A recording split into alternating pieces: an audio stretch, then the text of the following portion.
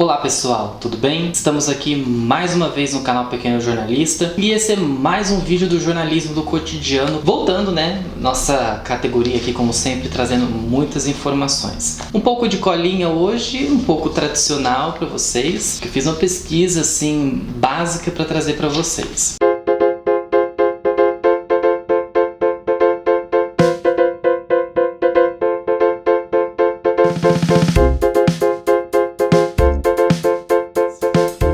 Nesses últimos dias nós tivemos muitas discussões sobre as eleições no país, seja para presidente, para governador. A gravação desse vídeo está sendo no dia da apuração. Por enquanto a apuração está acontecendo ainda, depois eu deixo para vocês aqui o resultado. Mas muitas pessoas se questionaram sobre a questão das pesquisas eleitorais. Todo mundo meteu a boca, falou, nossa, não tá certo, o candidato tal tá melhor, a pesquisa não tá batendo. Todo mundo se questionou como que é feito as pesquisas eleitorais. E você sabe realmente como que é? O que o Instituto escolhe para fazer, como que ele faz? É isso que a gente vai conversar aqui hoje no Jornalismo do Cotidiano. Fiz uma pesquisa, tá, gente? Olha, eu trabalhei nisso, tá, gente? Tá aqui. Então, pelo amor de Deus, já curte, já deixa o like aí no vídeo e se inscreva no canal e compartilha pra todo mundo. Eu enumerei algumas coisas, algumas dúvidas em relação às pesquisas eleitorais. Fiz este apanhado que eu estou aqui e lá no blog também, que eu vou deixar no final do vídeo aqui, também vai ter um texto sobre as pesquisas. Basicamente o que está escrito aqui. A primeira pergunta que eu fiz é assim, como que é a seleção do grupo que vai compor a pesquisa?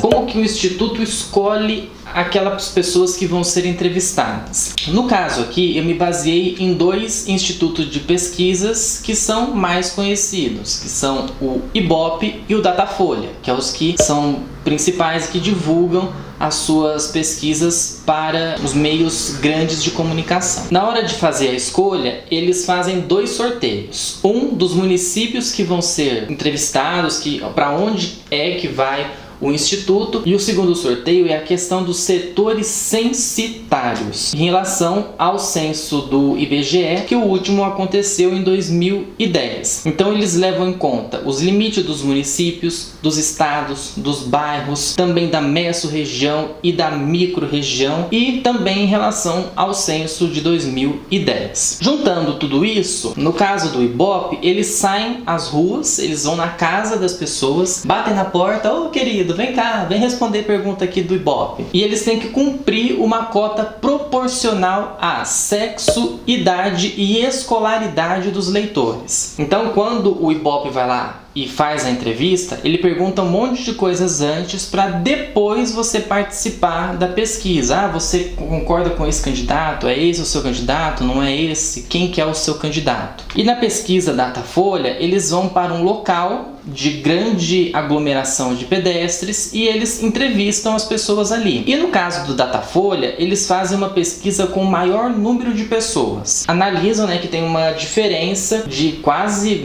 3 mil, 4 mil entrevistados do Ibope para o Datafolha. O local também onde eles vão fazer as entrevistas na questão do Datafolha é escolhido. Quem encomenda as pesquisas? Os institutos, eles não fazem as pesquisas assim à torta e direito. Ah, vamos fazer aqui, gente. Faz e é isso aí, a gente faz de alguma coisa. Não. Há um trabalho entre o cliente, que encomenda aquela pesquisa, e o instituto. Quem faz essa encomenda? Na maioria das vezes, os grandes conglomerados de meios de comunicação, como a Rede Globo, por exemplo. A Folha de São Paulo tem o seu próprio instituto, que é o Datafolha. A Rede Globo e o Estado de São Paulo, por exemplo, fazem as suas pesquisas no Ibope. Como que é determinado o número de entrevistados? É também uma discussão entre o cliente e o instituto e também é uma discussão da sociedade. Nossa, mas eles fazem entrevista com poucas pessoas. Realmente fazem. Por uma população nossa que estamos chegando a 150 milhões de habitantes, fazer entrevista com 2.000 pessoas não é tão favorável assim. Então,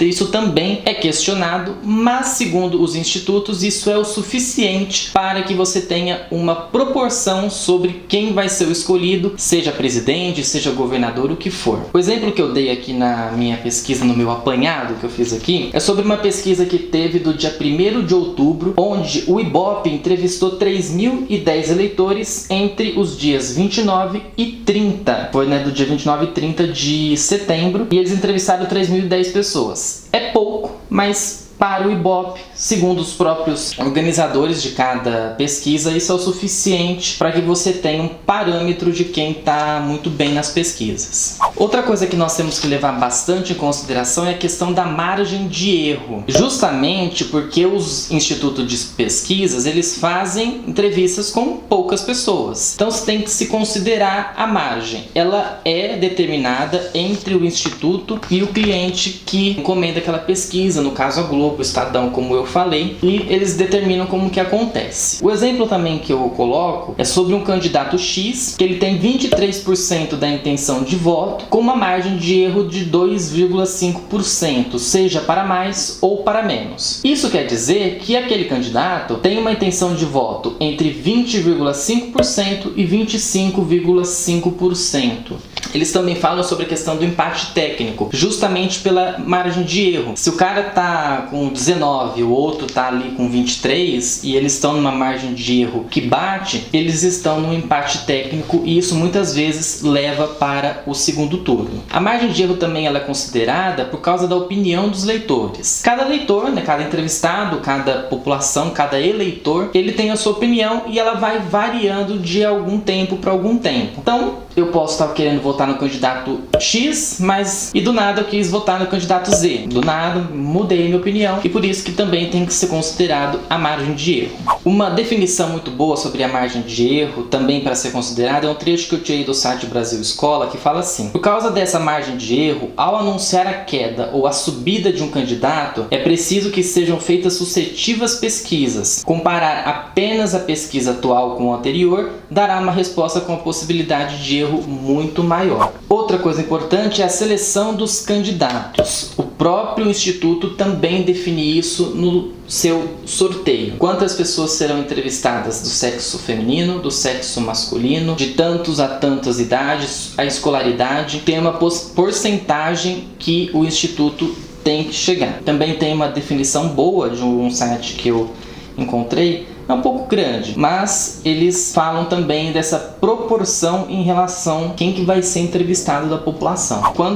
Uma outra coisa que eu vou dizer no final, mas já vou aproveitar esse gancho, quando a pesquisa é registrada no site do TSE, lá você também consegue ver como que foi feita essa pesquisa, quem que foi escolhido nessa pesquisa. E no caso da norma do TSE, ao momento que você tem a pesquisa, você registra ela no Tribunal Superior Eleitoral, pode ser analisado, ele pode ser consultado pelas pessoas. E a partir do momento que ela é registrada no tribunal, no TSE, ela já pode ser divulgada. Por isso que as pesquisas elas acontecem em pouco tempo, em 2, 3 dias, no máximo 2 dias. No dia seguinte ela já é registrada no site do TSE, não tem uma norma de tipo, eu posso registrar em qualquer horário que eu quero a minha pesquisa. A partir do momento que o TSE aprova, você já pode divulgar aquela pesquisa, já é uma pesquisa oficial. Gente, não sei se vocês têm mais dúvidas sobre isso. Eu vou deixar lá no blog do Pequeno Jornalista para vocês os escritos que eu fiz do levantamento sobre as pesquisas eleitorais e eu espero que tenha esclarecido vocês sobre essas dúvidas em relação à pesquisa eleitoral. Pode não ter sido, mas pelo menos já dá um embasamento para vocês saberem se vão acreditar ou não numa pesquisa eleitoral. Você acredita? Você gosta de uma pesquisa eleitoral? Você acompanha e isso define o seu voto? Deixa seu comentário aqui embaixo, se inscreva no canal, compartilhe o vídeo para os seus amigos, deixa o joinha que ajuda bastante. E é isso, minha gente. Siga também as redes sociais. Esse é mais um Jornalismo do Cotidiano falando sobre pesquisa eleitoral. Se você tiver mais alguma sugestão de jornalismo do cotidiano que eu traga aqui para vocês para falar de jornalismo, também deixa aqui no comentário, ok? Gente, até a próxima semana. Tchau para vocês.